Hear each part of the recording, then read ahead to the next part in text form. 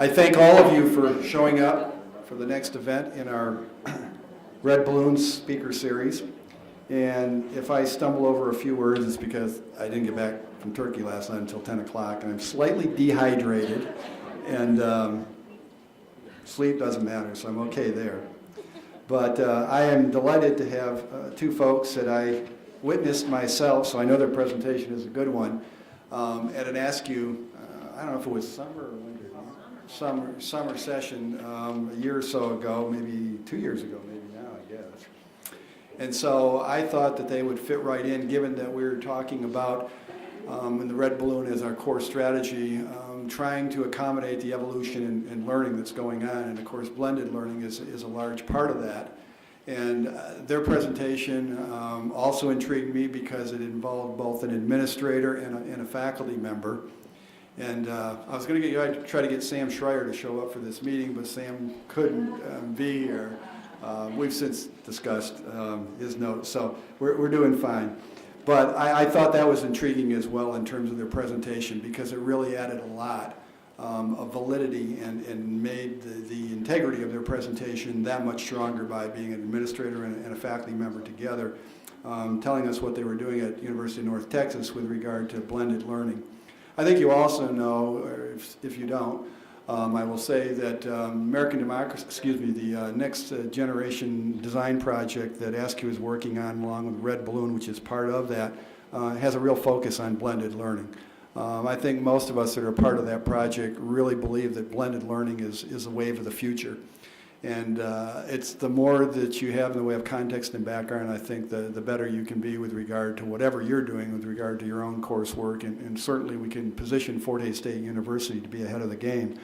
So in many ways, Brenda and Phil are here today to help us make some progress with regard to positioning the university for the future in terms of where the world of learning is going.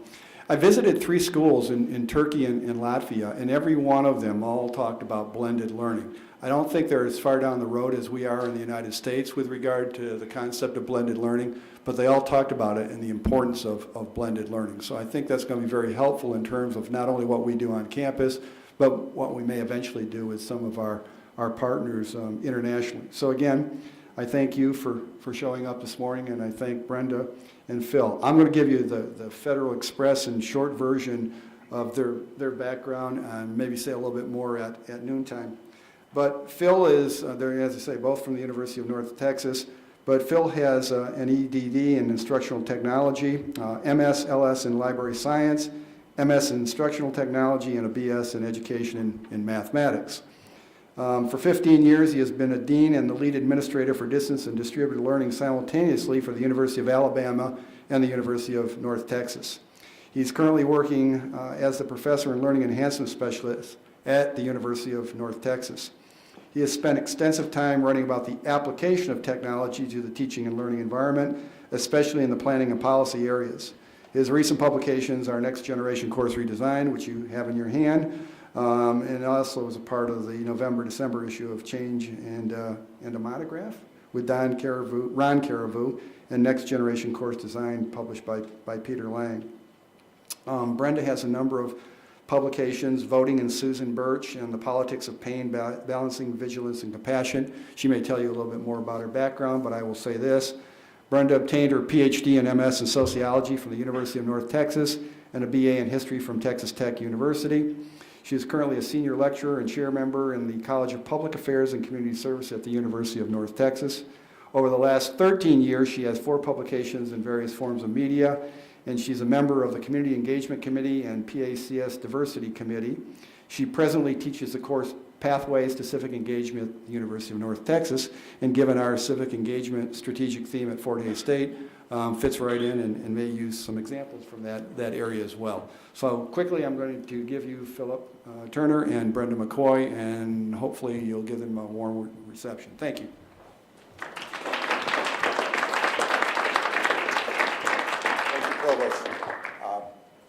I want to speak on behalf of both Brenda and myself and thank you for this incredibly warm welcome. Very impressive campus, beautiful. I noticed that the architecture all seems to fit together, which is very different from a lot of places we visit and a lot of places I've worked where the building is, whatever the current building. There's the 1960s building and the 1970s building. You can see it sort of go along. But I really like how it blends together. And you're doing some amazing things on this campus. I do have to start off relating a story I had about your airline. We flew in, and we flew in to Denver, and I flew into Denver, and I had the opportunity to sit there for a while before the flight to Hayes, and it was interesting because I didn't know I never heard this before, that they had a little thing you could plug your earphones in and you could listen to the tower and the pilots talk. It was fascinating, and I'm listening there, and a pilot said, pilot's tower, could you tell me the time? And they said, well, what airline are you? And the pilot says, well, what difference does that make? He says, well, if you're an international airline, it's 1400. And if you're a US carrier, it's 2 o'clock. And if you're Great Lakes Airline, it's Thursday. So anyway, I got on the plane, and I didn't realize this is a very small plane. And there's the door, you can actually sit there, and I'm right in the front row, and I'm looking into the cockpit, and I'm going, this is a very small plane. And I get, sort of nervous, but I got reassured because I'm looking in there, and there's just banks of instruments, and I said, wow, you'd have to be competent to fly this thing, and all these instruments, and I'm feeling better. And then I look, and I see this little Post-it note on the stick, and it said, to make houses look bigger, pull down. To make houses look smaller, push up. Anyway, that's right. I know. Well, just don't look at the instruments. Okay, what am I going to try to, and I'm going to actually move quickly through this because they asked us to cut it a little short because we have to haul this equipment over to the next place, and you want to hear it, Miranda, anyway. But what's the point? What am I trying to accomplish? Start off by saying what this isn't. And it's interesting, going to campuses doing talks, there's a lot of preconceived notions about what we're going to talk about. The main thing is what we have developed and worked on for actually 10 years now through 4 presidents and 4 provosts, which is pretty remarkable, is sort of a different way of teaching undergraduate students. And then I think what resonates most with faculty is that we're going to demonstrate some parts of some of these courses.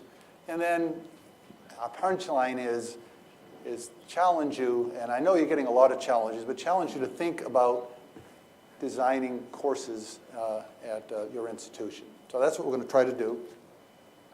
This is not about putting your courses online. And that's a misconception that I have. And a lot of people just can't go over. They say, well, Phil Turner hates lectures. Well, I don't hate lectures. Phil Turner wants to put everything online. Well, that's not what we're about. This is not about putting courses online. That's really an important distinction. It's actually about preserving the face-to-face part of your classes. It's not about shiny objects with sound. A lot of people come through and they talk about the latest neat thing. That's not what it is. It's about faculty as decision makers. And that's disappearing nationally. If you're watching any of the news, you're reading the Chronicle, the decision-making role, particularly the curriculum decision-making role, is disappearing. This is about faculty as decision makers. This is about student learning. It's about that nasty word called assessment, figuring out what the heck you're trying to do and are you successful in getting there. It's about structure. And it's about doing all this stuff at the same time thinking outside the box. And I think this is why we've actually survived for 10 years doing this project, because it wasn't just let's use clickers or let's use the latest technology. It was about thinking differently but basing it on some very, very traditional planning and assessment and structure. So I want you to do an exercise with me. I call it my fly in the classroom exercise. How many of you teach undergraduate? That's why you're here, right? I want you to think, just pick a class. Pick a class, one of your classes you're teaching this spring, and I want you to say if a fly was in your class the last 3 classes, the last 9 hours, what would they see? What was going on? Now, because you're here, and I assume you were voluntarily here, because you're in this room, you're different probably than most faculty.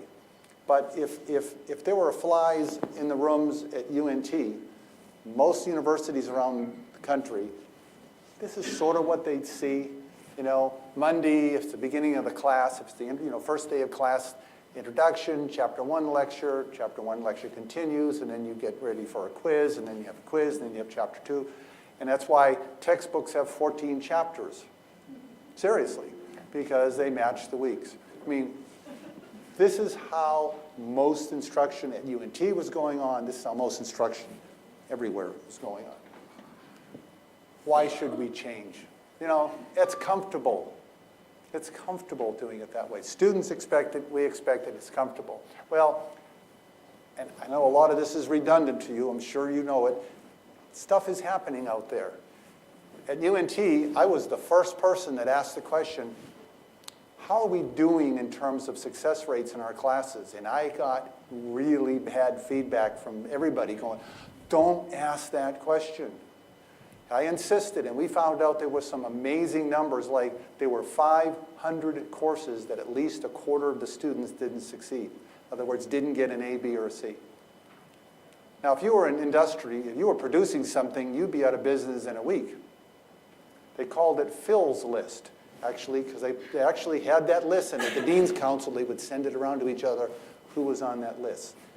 So DFW, I thought, was our airport. It's people who don't get an A, a B, or a C. Very high. A lot of courses were 60 and 70%. A lot of people thought that was great. Shows that we have rigor. We have changed tremendously. We have more students on the horizon, and they're different students. And everybody's looking at the dollars. And what's fascinating is that cost of tuition has gone up faster than the cost of medicine in this country. Last night, yesterday actually, I was reading the Chronicle of Higher Education. There's an article in there where Bill Gates is on there talking about the $10,000 bachelor's degree. Because he was talking with our governor about the $10,000 bachelor's degree. I think we're facing the fact we can't keep raising our tuition. Can't do it. And everybody's looking over our shoulder, you know. Provost told a story to us this morning about walking by and seeing the president's photo, and someone from the legislature or whatever said, who paid for that? You know, everybody is micromanaging us. This is what's happening. This is driving the change. Now there's good news. Good news is we know a lot more than we did even 10 years ago about how people learn. It's amazing how much information is coming out. And we have a lot of interesting tools to work with. So, yep, lots of challenges, but the good news is some really good tools. We know that if students are engaged actively with each other, the content, and instructors, that they can and will think critically. We know this. I mean, this is not rocket science. So we have a project at the University of North Texas called the NextGen project.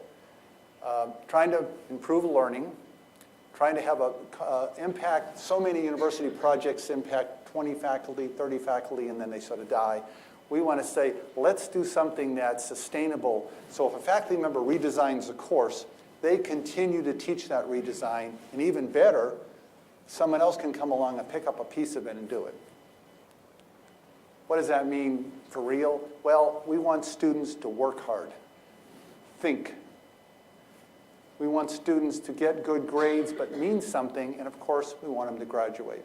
So we want to attack that DFW problem, but attack it in a way that just doesn't say, well, we're going to inflate grades and give everybody, we could solve it, give everybody A's and B's. We want to attack it, we want the grades to mean something. Unfortunately, we have to do it in a way that doesn't cost any more, because I had faculty right away kind of me, well, I know how to handle this. Give me 10 students. and I'll do well. We can talk and we'll do well. Say, no, we can't decrease the enrollment in your classes. We can't pay more money, and we don't have any more space. So that's the challenge. How do you do this with those constraints? Most importantly, we've found, and I think this is why we've lasted 10 years in this project, faculty have to like it, and they have to believe in it, and they have, if the faculty don't buy into this, it's not going to work. Real quickly, this is the steps in the project. I just want to point out that the first thing is creating the foundation. Everybody comes in, and the first thing they do is they write student learning outcomes. Oh, they go, I know what I want to do. I want to do this, and I'm going to use clicker. No, you got to write student learning outcomes. Oh. And Brenda will tell you more about that. It's based on outcomes, and there's assessment. And then if you notice, all the arrows go back up because we pilot and we retest and we retest, and it's called never-ending course redesign. We look at it as 3 blocks. It's a blend of 3 kinds of instruction. The first one is, yes, large group lectures where everybody's in there, the faculty's up in front, all right, up to 30%. And again, these are guidelines. This is what's our model. About a third of the time, a faculty is standing in front of the room, the students are there, and the faculty members talking to them. What is interesting is it's no longer about imparting information. It's not from my brain through your finger. The main difference of what we do is experiential learning. About a third to over half of the time, the students are working in small groups on some kind of applied aspect of the instruction. How do they get to do that? If you have 100 students in this class, what's happening? How do they do this? Well, about a third to a half of the time, they're online. Importantly, and you'll see later, they're not just online, they're online in a media-rich, highly interactive environment that enables them to be able to come in and work in small groups. I'm going to show you real quickly 3 more complex ways of teaching. This is a kinesiology class. It had 60 students or 50 students. You notice on Monday, everybody's there. On Wednesday and Friday, the students alternate. So half of the students are online, half of the students are working on a small group project. And they're working on a small group project, experiential learning, getting ready on the Friday of the second week to actually come in and do the project. And the project in this case was called the What's My Line game. It was a project that the faculty had come up with. The point being that it's not Monday, Wednesday, Friday lecture. It's Monday lecture, this Monday online, the students flip, and then on the Friday of the second week, the students are doing, the Wednesday and the Friday, they're actually coming and doing small group learning. This class is 150 students in a sociology class. It gets more complex. So they basically have 3 groups. Starts off, they come in, if you're looking under the in-class activity, start off with the introduction to the course. Really important, this introduction to the course, because if you're 17, 18 years old coming out of high school and you walk into this, is this what you did in high school? No. No bells, very different approach. So it's crucial in the beginning to read them the Riot Act, to show them how the class works, because it's different. Some of the days are in class, some of the days are in line, some of the days are in full groups, some of the days are working in small groups. It's different. And this is the most complex one. This is 250 students in this class. It's art history. It is a class, and you notice that there's I don't know how many different groups. But again, they meet in large group, they meet in small groups, they have projects that they work on. The underpinning of this is the fact that they have high, media-rich, highly interactive online. That gives them the foundation. What do we do in the lectures? Well, lectures are great for motivating. So the faculty member motivates and provides assurance that it's going to be okay. You're going to be successful. Sociologists and chemists, they acquire knowledge differently. One of the great things about the lecture is you can show students how you acquire knowledge in your field. importantly, it's not about getting the content across, it's about clarifying the content. And then, again, if there are these absolutely important lower level things you want to get across, they do that in a lecture. So the lectures are about a third of the time, 25%, but they're different.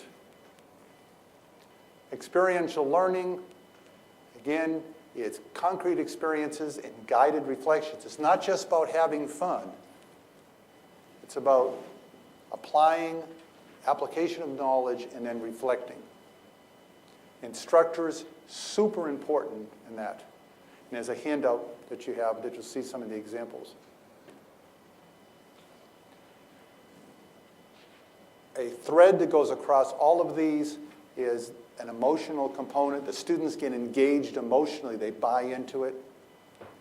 We want them to analyze. We want them to think, basically. And then we want them to have, what's your hypothesis, and be able to defend it. I mean, isn't this why they're at the university?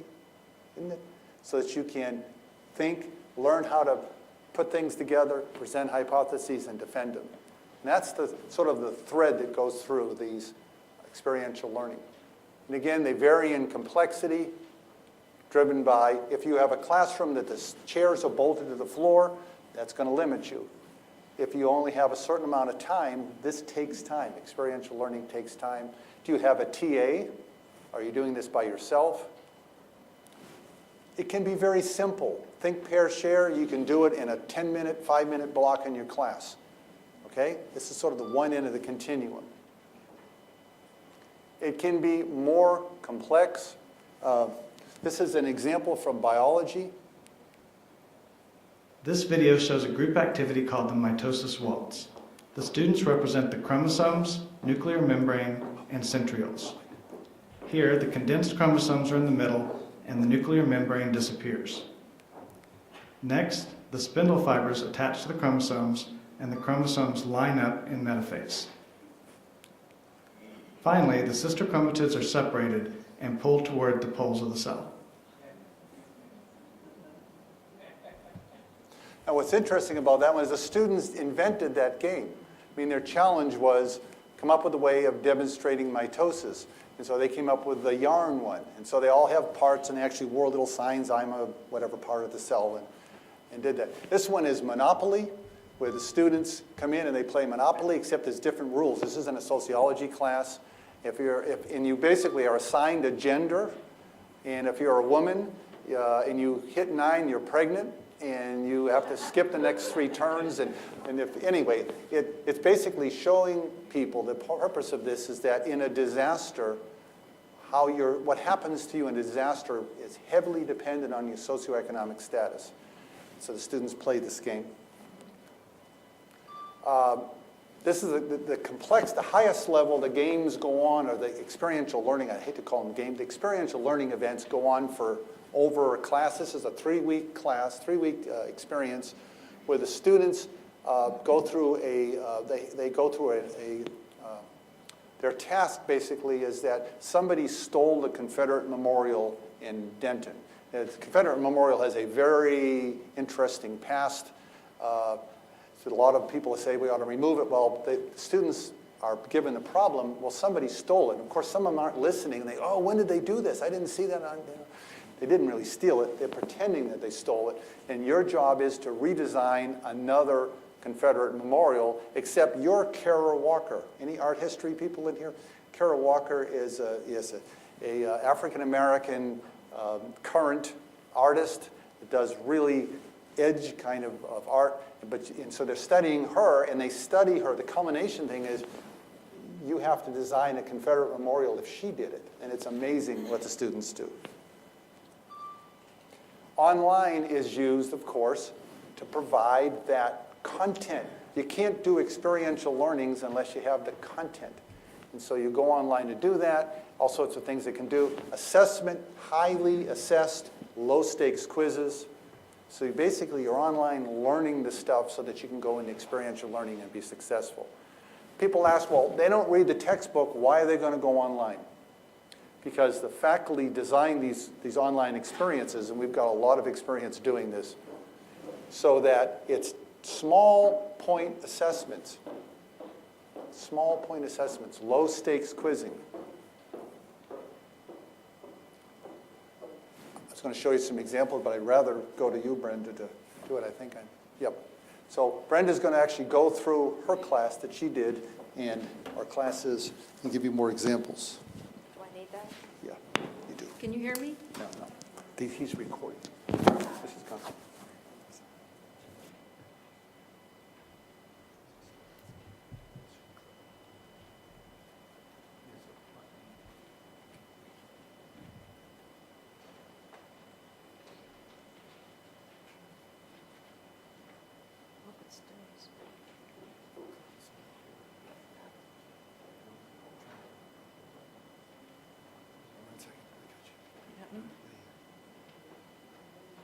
She's wired. All right, here. Can you hear me okay? Yeah. See if which way do you push this? This one, where your finger right there. Yep. Great. It's sort of interesting. I mean, I'm like a regular person. I'm a faculty person, just like most of you. And so we're sort of irreverent, right, when we especially get by ourselves. And so when you have this discussion about course redesign, one of the things I just wanted to point out is that a lot of the discussions that go on really aren't apples to apples kinds of comparisons. Because when you talk about moving things to a blended format or all online format, how many of you have heard people go, oh no, I mean, how are we going to really know if we're going to cover the content, or you can't do the rigor the right way, or whatever, experiential learning, isn't that just like entertainment and we're sick of the kids anyway? If it's not YouTube America, then they can't sit still for 5 minutes.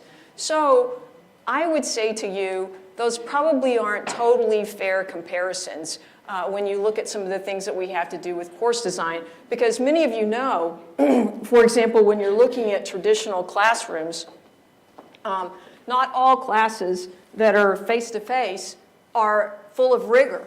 I mean, you can actually have a face-to-face class that's lacks rigor altogether, and I don't think we really want to admit that. But just for purposes of me in this process, I want you to know that these three things constantly run through my mind. I've now redesigned 3 classes. I'm on the 4th, and we regularly have discussions about rigor, and I know you do too. How many of you worry about rigor in your face-to-face and online kinds of classes? How can you not? And in fact, I wish I could show you this dirt. It's really good, because kids today think plagiarizing is what you do to be productive. You know, and so the rest of us are like, really? You know, how could this be so? This was the first class I redesigned. I'm a sociologist, and I did this several years ago. Sociology sections at UNT, unlike here, are very large. I mean, there are 100 to 120 students, and so what we really needed to do, since sociology is about group life, was somehow teach group dynamics in a way other than this paralyzingly dull lecture process. Does that make sense? Where somebody stands up there and scratches themselves, you know, for 50 minutes, 3 times a week, and this is what we hope for.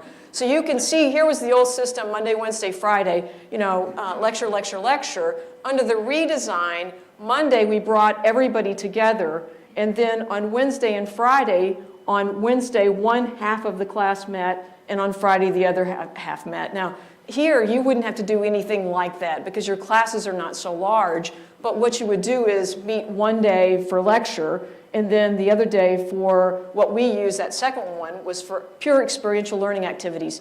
And this was really cool because it gave us an opportunity to do some fun things in class because we moved stuff online.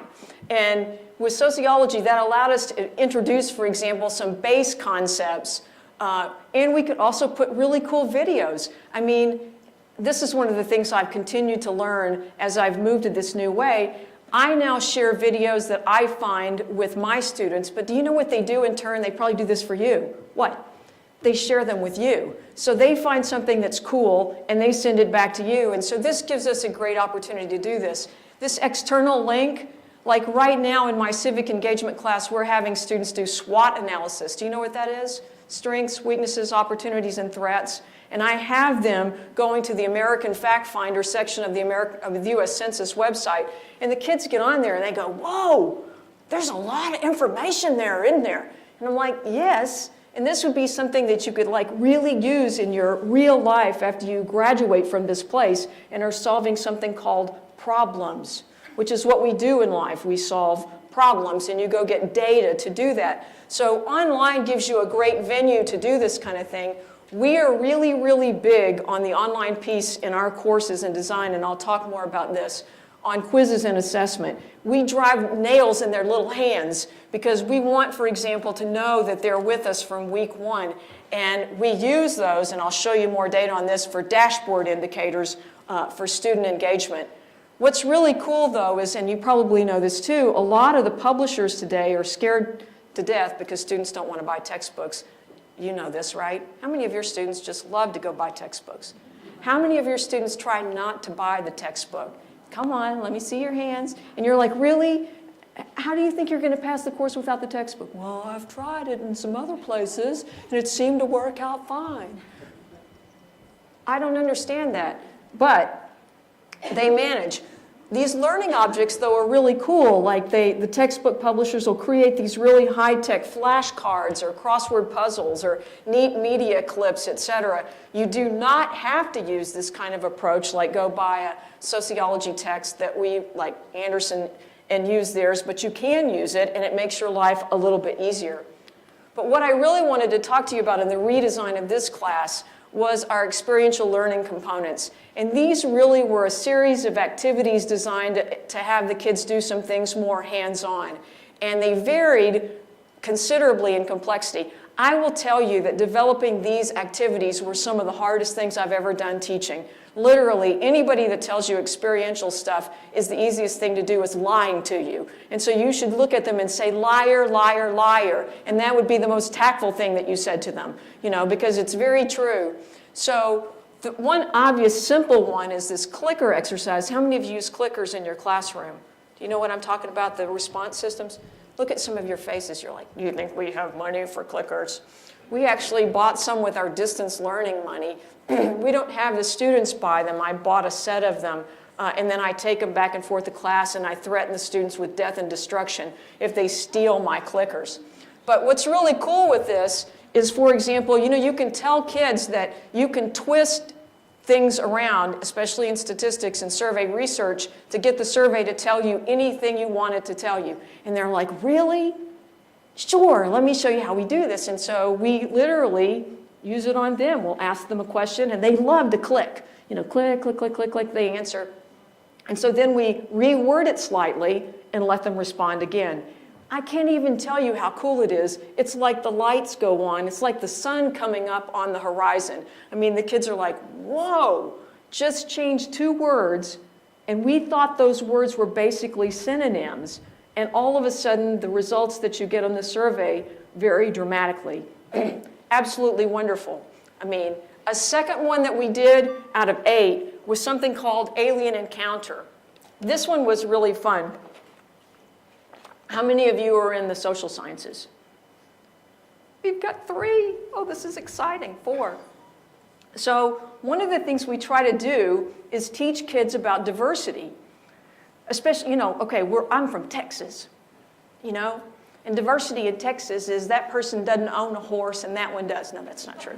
Do you see what I'm saying? So in Texas, we've got to do some diversity. So I want them to see the culture through the eyes of an outsider. And so I developed something that I thought was really great, you know, to do this exercise.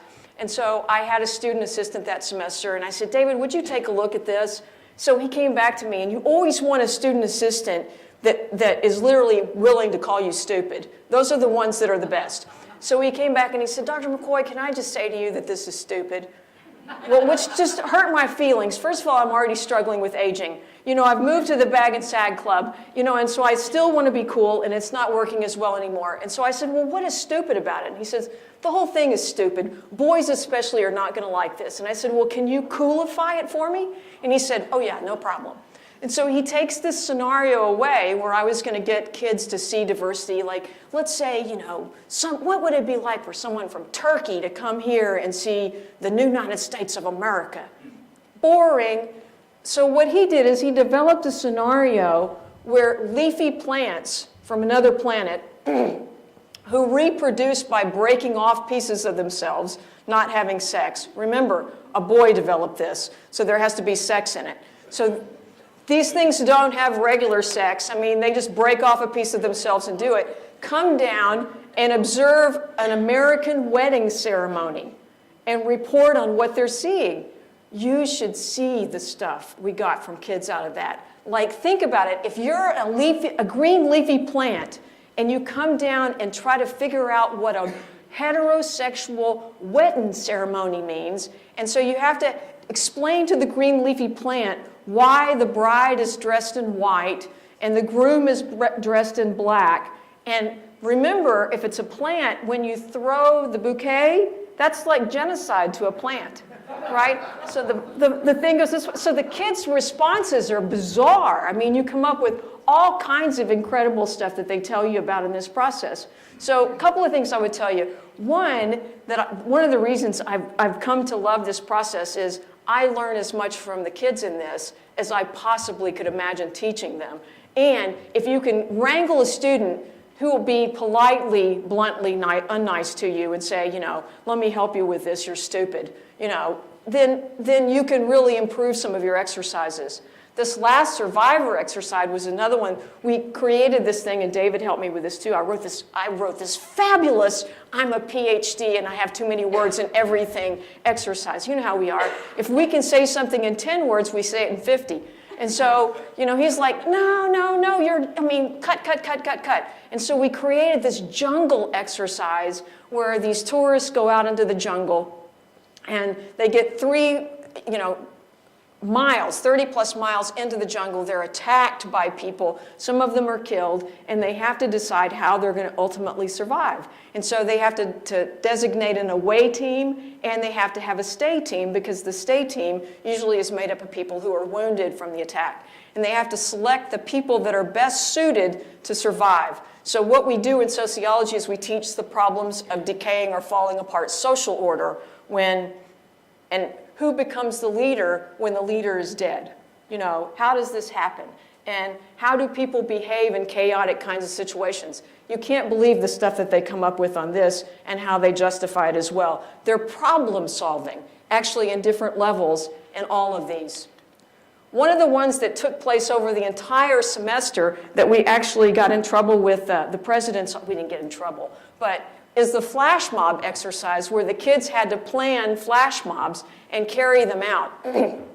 And so this was really cool. They were responsible for filming them as well. And it was really, really neat because at this time, the instructor that taught one of the sections went up into the administration building because she was looking out over the quad and she was trying to see the best place to film it. And so someone said, "What are you doing?" And she says, "Well, we're trying to film our flash mobs, et cetera, et cetera." And so, "Oh, just a minute, I think that the alumni magazine might want to film these." And she's like, no, we don't want the alumni pieces to do that. "Well, I don't know. Let me just go talk to the president down the hall and we can see about this sort of thing."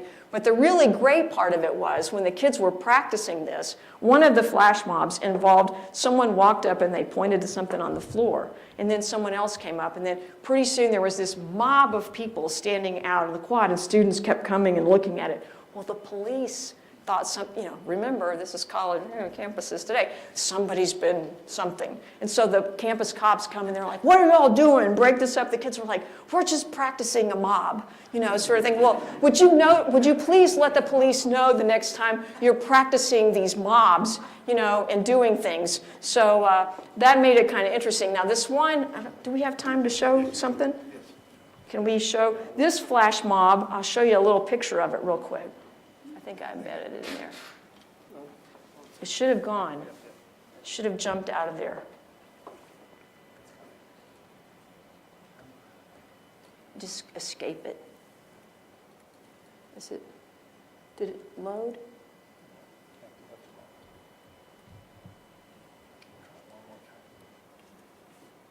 Click. There it goes. And these are all freshmen, by the way. Where did it go?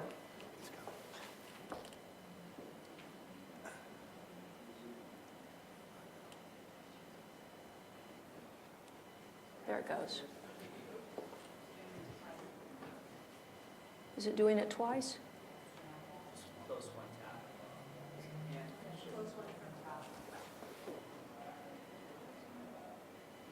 Oh, you can see it better than we can. Is there music? Should be, it's loading.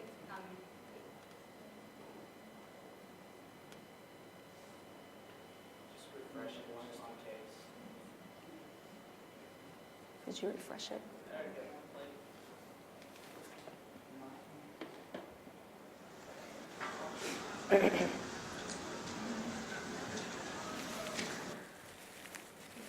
Oh, it may have to buffer itself. Takes one time.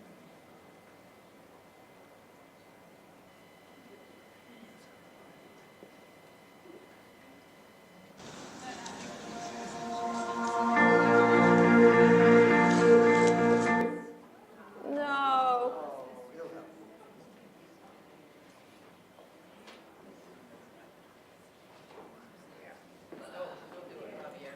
Javier, are you going to rescue us? We'll see. Oh, that's the lowest possible. Okay.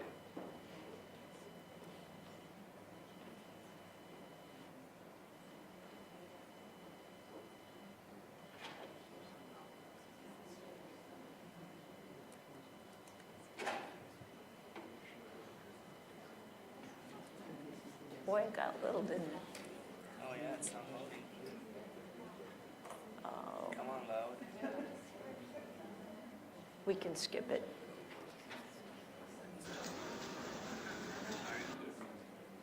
Yeah, the Wi-Fi it's not good here, and it's the lowest setting here. Yeah, it's loading a little bit.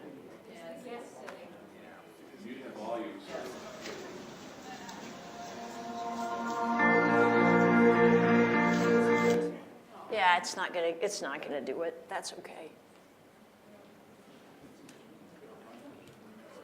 We'll try it. The next one we'll try to show you, but it was really this one. They form, the kids just come out of nowhere and they form a tunnel with each other, and then pretty soon people start going through the tunnel and more students start going through the tunnel, and then all of a sudden on cue the tunnel just dissolves and the students just wander off into the deal. It was very, very fun, and folks really enjoyed it. In fact, the freshmen, these two kids at the front are, well, this one's a football player on the left-hand side, and so it was really a great experience. I wanted to tell you a little bit about our quizzing methodology. We call it the Lee Hughes method. This is something that to this very day continues to fascinate me, because in order to devote more time to experiential learning, we really need them to get what's going on. I need them to read. I need them to engage material. And so we plan, so the week before we're going to cover something in class, they should read something and take a quiz. But what's really interesting in research methods and some of the others, we'll give them unlimited numbers of times over 7 days to take this quiz, and we'll take the highest possible grade. So let me say that again. We'll give them unlimited numbers of time to take a quiz, and we'll give them or take the highest possible grade. I just want to smack the little units sometimes, because what you'll see is here are our quiz averages between two sections that we're teaching, and you can see those are really solid 70% plus deals. Now, I tell them at the beginning of every semester, this is my gift unto you. All you have to do is take these 10 quizzes over the semester. Let's do basic math. 10 times 10 points equal a test grade that's open book, and you can take the stupid thing as many times as you want to at your little sweet convenience. So look at what you see, which is really extraordinary. Now, the ones that do this think this is great, but here are their attempts. Now, let me tell you why I like this and I don't. So, which do you want to hear first? The reason that I don't like this is when I see this attempt stuff, it hurts my little old person heart. And I say to myself, what's going on here? Because, and we say this a lot, retention's become a big word for us. And this is what I tell my faculty. Yes, we're into retention. However, you can lead a horse to water, but we are not drowning anything. You know, so I'm doing everything I can to help those little units pass, but if they won't open the book and they won't come there, I'm really happy to fail them. And then I'm really happy, thanks to NGen, to show them, listen, I'll show any administrator If they don't take the quizzes and they don't come to class, there isn't a whole lot I can do at this point in order to make them be a better student. So this is really a great thing. Now, that sounds really tough, like I really don't care about them, but the other good thing about this is because we give these, I've got a quick dashboard indicator within the first 3 weeks of who's really not in the game. And we have an early alert system at UNT that sort of helps us with this process. So basically, we call this the Lee-Hughes method. You can see you can take it the multiple times we do it, and we use it as a warning system, and it actually works effectively. In the unit that I'm now the chair of, we basically now, almost all of the professors use this, and now we send out blanket early alert. That was interesting too, because we blanket early alerted one semester and melted the system because we had such a great sense of what was happening with students in the process. So what do I think the benefits of NGen are versus a traditional face-to-face model? The kids tend to think it's much more relevant. They love the interactive nature of it. These experiential learning exercises the kids think about, and in fact, I'll get emails from them semesters later. Remember when you did blah, blah, blah to us? Well, I was thinking about that, they'll tell me the other day, and I've now decided X, which I love that. I feel like my friend April says, I win if they're still thinking about something we did to them in class a year later or 2 years later. And finally, it was very, very student-oriented, more based on their needs and how they learn today, which makes it really, really cool. Do we still have time? That's not going to load either. That's your video. We'll see if this runs. This is a presentation we did to the Board of Regents a while back.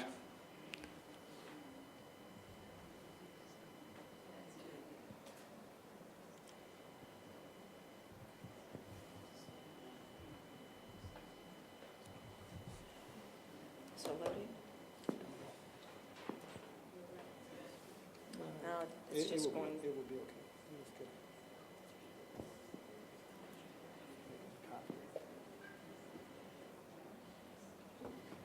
Well, show it.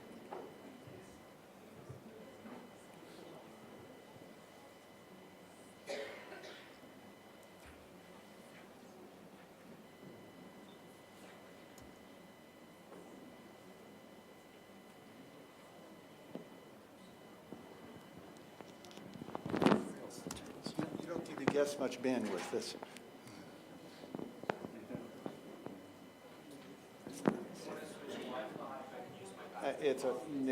We don't have time. It's okay. I thought maybe this is a shorter one.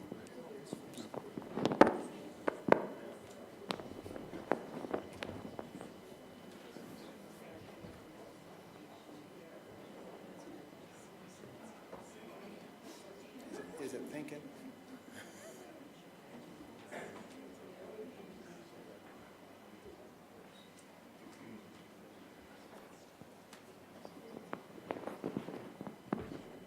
Basically, what we've done is a combination of stuff, and you can see we believe in it, but it's a whole bunch of project management in persistence. Didn't happen all at once. So what I'd like to do is, we got just a few seconds for questions.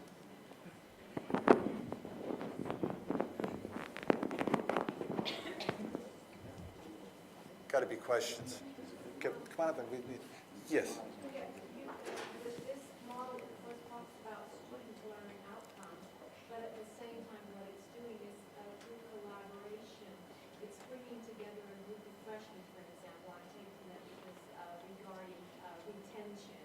Have you followed up on the retention numbers or efficient numbers after having implemented the NextGen? Good. Yeah, the question was, what if somebody takes one of these classes? Does it impact the retention? And I'm going to answer the question, I'm going to give you sort of an overall assessment.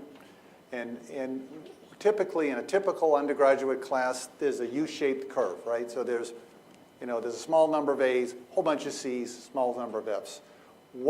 And then again, this is a generalization, but in general, what happens is that U-shaped curve flips. And what happens is that your students, there's a lot less C's in the class. has a lot more Bs in the class. In other words, what this does is push students toward the high end, but it also pushes toward the low end. So there's a, I mean, because, and you can see, this is challenging to an 18-year-old coming right out of high school. This is very different. So what Brenda's talking about, we've evolved lots of safety nets for them. We have early alerts, we have all sorts of ways, and we also work with the advisors a lot, telling students, probably don't take more than one NGen class in a semester when you first start out, because this is challenging. This is like an honors college built in within the regular system when you think about it. Now, we haven't collected, because students don't take a whole bunch of these. Probably in those first 2 years, they may take 2 or 3 at the most. But I would think it would, you know, they're in their developmental ages as they Exactly. This kind of collaboration in a game environment would help them bond and create that. And that's the underpinning goal, the bonding part, is you're familiar with the Nessie? You know, it's the, yeah. I mean, really, we actually give them the Nessie. We're really trying to change behavior, you know, not just learning the content, but also responsibility, critical thinking, and that does work. It does happen. But again, I don't want to make this is real easy and all roses and everything. It's a challenge because students don't enter college ready for this. They just don't. You know, you're there with bells. And so it has to. They do interact more, Go.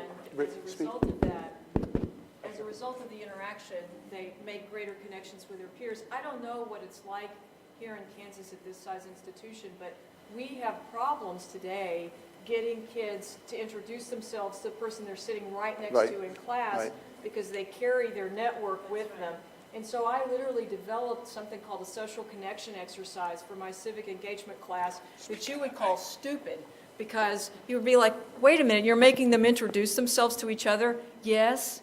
And they think that's revolutionary, and some of them come back and say, I'm so glad you made us do this, because I could call, or actually they don't call, I could send them an email and learn what I missed in class or what I needed to do in the process along the way. So yes, in those smaller groups doing these exercises, they actually meet people, and they think that's revolutionary. You know, it's a really cool thing. So they are wired differently than we are. They really are. They carry their family with them right here, all of their friends and family. So, and on our campus, it's very common to be bumped into by someone who's wired up, and they're walking and listening to music and sending texts and talking on Facebook all at the same time. So. Yes, ma'am. I was wondering, what do you do when you encounter resistance from students? Oh, good, really good question. What do we do if there's resistance? And I'll give you, again, this is a generalization statistic. We do a tremendous amount of assessment. One of the things we ask students is, if you took this course again, would you do it this way? Or basically, you know, the NGen approach. About 25% say, no, I would not take it this way. And in general, we sort of know what the responses are going to be now because we've done it for so many years. It's like, this is too much work. I'd rather have somebody tell me what to do than figure it out on my own. I mean, and we tell them, this is going to be different. The students, the positive side is that they go, this makes me think. You know, this makes me think. I like, a lot of students don't like group learning. You know, the whole group learning thing is a huge challenge. What about the person who takes over and what about the person who sloughs off? We work with faculty on this, and the students grade each other. I mean, we've sort of run into all of these barriers and then worked through it. And we don't do it, the faculty do it. Yes, ma'am. I have a two-part question. First is, how many classes are taught this way at your institution? And second part is, all classes are taught this way. How do you think the students will be saved? Well, yeah, if you went to the University of North Texas and this is how you were taught, what would be the impact for this? I think that would be phenomenal. In fact, what's interesting, we began this process all those years back because the University of North Texas was awarded by the state to start a new university in Dallas called the University of North Texas in Dallas. And I went to the president at the time and said, how often do you get to start a new university? And I said, how about if we start one, we think about it doing it differently. Well, they didn't, and it's UNT Dallas is taught the same way. I think that would be great. The question is, how many courses are taught this way? I think it's 25. 25 different courses, ranging from organic chemistry, U.S. history. I mean, go to our site. There's Scott, tons. there's probably more than that. More than that now? We do 5 to 8 courses a year in the redesign. And I'm really not going to that part. I really would like to, because basically it's collaborative, it's interdisciplinary teams of faculty work together. So you have an organic chemist with a historian, and it is amazing. It's the first time they'll go, I have never spoken to even the people in my department before very much less someone from another department. And that's really the exciting thing about it, is that interdisciplinary part. Actually, the faculty love teaching blended classes because it gives them the best of both worlds. They get to be in the classroom face-to-face, but they also get they get part of that time back and shift things online. And I really have sort of become addicted to it because I love being face-to-face, but I get the ability through some of those online mechanisms to have different kinds of metrics for engagement.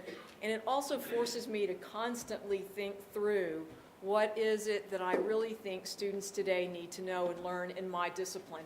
And I think that's a hard question. I mean, I think that's the hardest question as educators we have to ask ourselves today is, what do students really need to store up here in the 21st century? Because this wasn't available to me. I mean, they store their lives in this. And I used to have to do things like remember phone numbers myself, you know? And I really had to go to the library and make real copies of real articles. And they may not even know where the library is. So it's a different world, and I think that we have to shift, and Blended is really a great move toward that shift. And we'll talk a little bit more about the student learning outcomes, which I felt like I had been dropped into a pit to hell, you know, when we first started doing this. But I would also tell you it's the most valuable thing that I've done in my professional life as a university professor. I know they're waving in this. I just want to make one comment relative to our speaker series. When we had Jose Cohen in teaching naked, the idea was to focus on practice, not the technology. If you heard anything this morning, I think we're talking about effective practice here, less about the technology. And that's an important point that I want you to take with you, because I really do believe that that's much of the theme of the Red Balloon series. We're going to talk about learning and talking really about effective practices, more so than technology. Just dump technology on you like we did 5 years ago with laptop university, hoping to go out and do something. Without the fact that support and tools, it's not going to work, and that's what we're trying to do. So, appreciate it very much. We're going to continue on with the project to some degree in the noontime presentation, if I remember correctly. So, those of you that are in there, see you.